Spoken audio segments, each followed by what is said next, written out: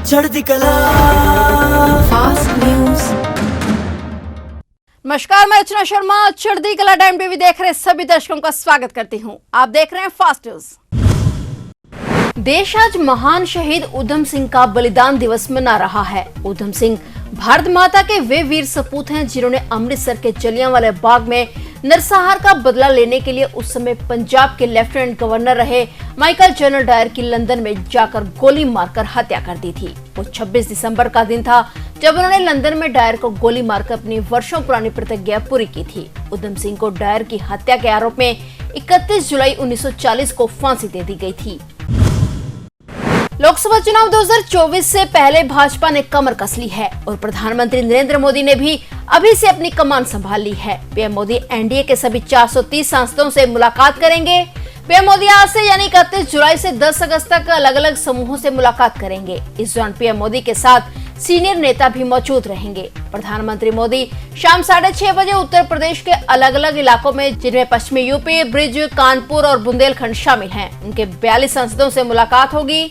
इस दौरान बीजेपी अध्यक्ष जेपी नड्डा और नितिन गडकरी भी उनके साथ मौजूद रहेंगे और संजीव बलियान के साथ बीएल वर्मा मेजबानी करेंगे। उसी दिन शाम 7:30 बजे पश्चिम बंगाल, झारखंड और ओडिशा के सांसदों से भी मुलाकात होगी। इस दौरान गृह मंत्री अमित शाह और रक्षा मंत्री राजनाथ सिंह भाजपा अध्यक्ष हिस्सा लेंगे, जबकि धर्मेंद्र प्रधान और शांतनु ठाकुर मेजबानी करेंगे। इसमें 41 सांसद मौजूद रहेंगे। इसी तरह तय तारीखों पर पीएम की बाकी सांसदों के साथ भी बैठक होगी। खबर है कि आने वाले लोकसभा चुनाव के मद्देनजर पीएम मोदी सांसदों को टिप्स देंगे। उत्तर प्रदेश में ज्ञानव्यापी विवाद पर सीएम योगी आदित्यनाथ ने बड़ा बयान दिया है। एक इंटरव्यू में सवाल पूछने पर सीएम योगी आदित्यनाथ ने बड़ी प्रतिक्रिया दी है। उन्होंने कहा कि अगर हम उसे मस्जिद कहेंगे तो विवाद होगा। योगी ने कहा कि उन्हें लगता है कि भगवान ने जिनको दृष्टि दी है वो देखे ना त्रिशूल मस्जिद में क्या कर रहा था। त्रिशूल हमने तो नहीं रखे, ज्योतिर्लिंग है, प्रतिमाएं हैं। गलती पर मुस्लिम समाज से प्रस्ताव आना चाहिए कि ऐतिहासिक गलती हुई है और इसका समाधान होना चाहिए। सीएम योगी ने कहा कि वे पिछले 6 साल से यूपी की कमान संभाल रहे हैं, लेकिन पिछले 6 साल से कोई दंगा नहीं हुआ। वहीं विपक्षी दलों के नए नाम इंडिया पर भी सीएम योगी ने प्रतिक्रिया दी और कहा कि चोला बदलने से पिछले कर्मों से मुक्ति नहीं मिल जाती है। पंजाब के मुख्यमंत्री भगवंत मान आज शहीद आजम उधम सिंह की बरसी पर सुनाम पहुंचे। उन्होंने महान शहीद को श्रद्धांजलि अर्पित करने से पहले उनके बलिदान को याद किया और बताया कि शहीद उधम सिंह ने कैसे जलियांवाला बाग की मिट्टी की कसम खाकर लंदन में अपना बदला लिया। वहीं सीएम भगवंत मान ने केंद्र सरकार से शहीद उधम सिंह को राष्ट्रीय शहीद का दर्जा दिलाने के सवाल पर कहा कि केंद्र सरकार से किसी सर्टिफिकेट की जरूरत नहीं है। उन्होंने कहा कि केंद्र सरकार कौन होती है? शहीद को दर्जा देने वाली, राष्ट्रवाद का सर्टिफिकेट देने वाली। सीएम मान ने कहा कि पाकिस्तान में शहीदों की कुछ निशानियां मौजूद हैं। इनमें भगत सिंह और अन्य शहीदों के फांसी के रस्से और कुछ अन्य निशानी हैं। इस पर उन्होंने कहा कि इन सभी निशानियों को भारत लाने के प्रयास किए जाएंगे। सीएम मान ने शहीद उधम सिंह के शहीदी दिवस पर सुनाम से उन्हें श्रद्धांजलि भेंट कर नमन किया। रेलवे सुरक्षा बल के जवान ने आज महाराष्ट्र में पालघर रेलवे स्टेशन के समीप एक ट्रेन में सवार 4 लोगों की गोली मारकर हत्या कर दी। जवान ने अपने निजी हथियार से गोलियां चलाकर ट्रेन में सवार एक अन्य बीएसएफ के जवान और 3 यात्रियों की हत्या कर दी। यह ट्रेन जयपुर से मुंबई आ रही थी। पुलिस ने आरोपी को हिरासत में ले लिया है। जानकारी मुताबिक ट्रेन में सवार आरपीएफ कांस्टेबल और एएसआई के बीच किसी बात को लेकर झगड़ा हुआ था। दोनों में विवाद इस कदर बढ़ गया कि आरोपी कांस्टेबल ने अपनी राइफल निकालकर फायरिंग शुरू कर दी। इस घटना में एएसआई समेत कुल 4 लोगों की मौत हो गई। जीआरपी और आरपीएफ के आला अधिकारी मौके पर पहुंचे। अधिकारी के अनुसार आरोपी ने मीरा रोड और दहीसर के बीच ट्रेन से भागने की कोशिश की, लेकिन जीआरपी के कर्मियों ने उसे पकड़ लिया और इसका हथियार भी बरामद कर लिया। आरपीएफ का आरोपी जवान अब पुलिस हिरासत में है। सिद्धू मूसेवाला हत्याकांड के मास्टरमाइंड गैंगस्टर सचिन बिश्नोई को जल्द ही दिल्ली पुलिस भारत लाएगी। इसके लिए दिल्ली पुलिस के स्पेशल सेल की टीम अजरबैजान में है, जहां से उसे दिल्ली लाने की तैयारी है। स्पेशल सेल की काउंटर इंटेलिजेंस यूनिट के 1 एसीपी और 2 इंस्पेक्टरों समेत करीब 4 अधिकारियों की टीम उसे भारत ला रही है। सचिन के भारत आते ही कई बड़े खुलासे हो सकते हैं। बता दें कि सिद्धू मूसेवाला की हत्या से कुछ दिन पहले गैंगस्टर सचिन बिश्नोई फर्जी पासवर्ड बनाकर फरार हो गया था। उसे दिल्ली पुलिस के इनपुट पर अजरबैजान में गिरफ्तार किया गया था।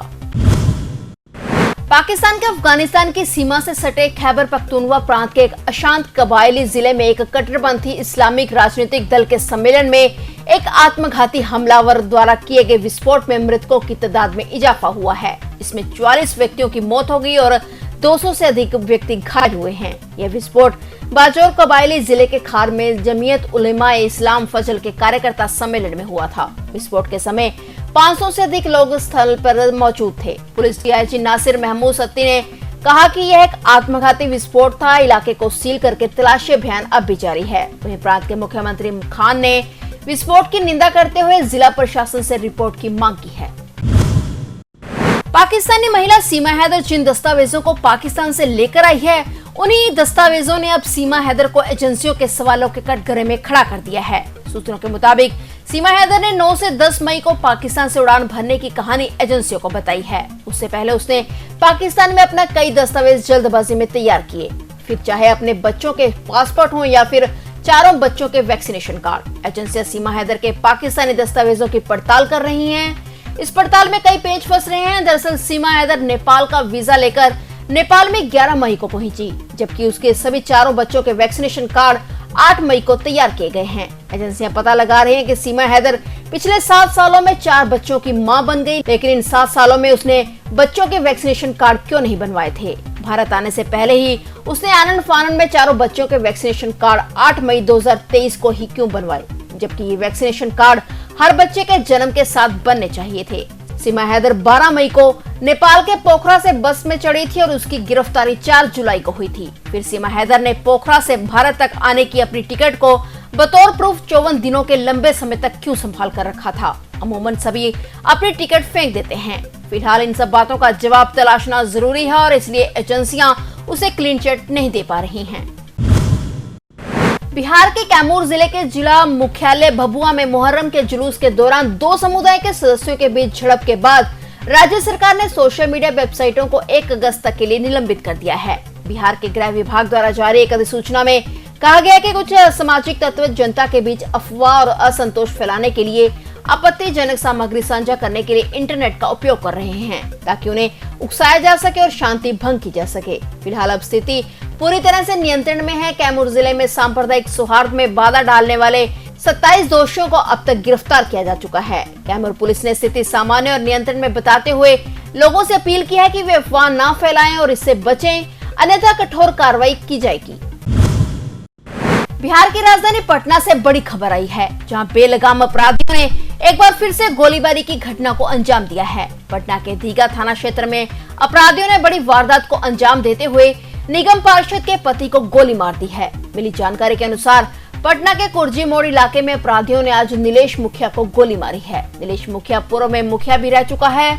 बताया जा रहा है कि अपराधियों ने नीलेश मुखिया के कुर्जी मोड़ स्थित कार्यालय में 5 राउंड फायरिंग की थी, जिसमें से 2 गोलियां नीलेश को लगी हैं। वहीं इस घटना के बाद मौके पर अफरा तफरी का माहौल बन गया है।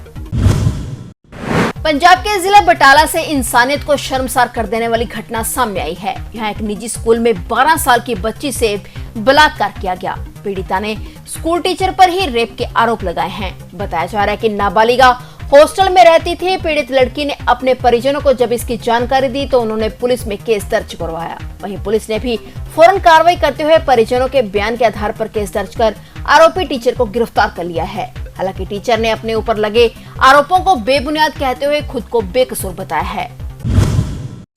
पूरे देश में टमाटर के दामों में बहुत तेज उछाल से जहां ग्राहकों की जेब ढीली हो रही है, वहीं कुछ किसानों और व्यापारियों ने टमाटर बेचकर तगड़ा मुनाफा भी कमाया है। इसके साथ ही टमाटर की चोरी और लूट की भी कई खबरें सामने आई हैं। अब एक ताजा मामले में कर्नाटक के कोलार से राजस्थान के लिए निकला 20 लाख रुपए की कीमत के टमाटरों से लदा एक ट्रक रहस्यमय ढंग से लापता हो गया है। परेशान व्यापारियों ने कोलार पुलिस में एक शिकायत दर्ज कराई, जिसमें कहा गया कि 2 व्यापारियों ने बीते दिनों कोलार एपीएमसी यार्ड से राजस्थान के जयपुर तक टमाटर ले जाने के लिए ट्रक बुक किया था। टमाटरों से लदे ट्रक को शनिवार रात जयपुर पहुंचना था, जबकि ट्रक अपनी मंजिल तक नहीं पहुंचा है और ड्राइवर का मोबाइल फोन बंद है। ट्रक ऑपरेटर से संपर्क करने की कोशिशें भी व्यर्थ साबित हुई हैं। इसी गड़बड़ी की आशंका को जताते हुए कोलार के व्यापारियों ने पुलिस में शिकायत दर्ज कराई है। उन्हें डर है कि ड्राइवर ट्रक लेकर भाग गया है या उसने टमाटरों की चोरी कर ली है। वहीं पुलिस भी ट्रक की तलाश में जुटी हुई है।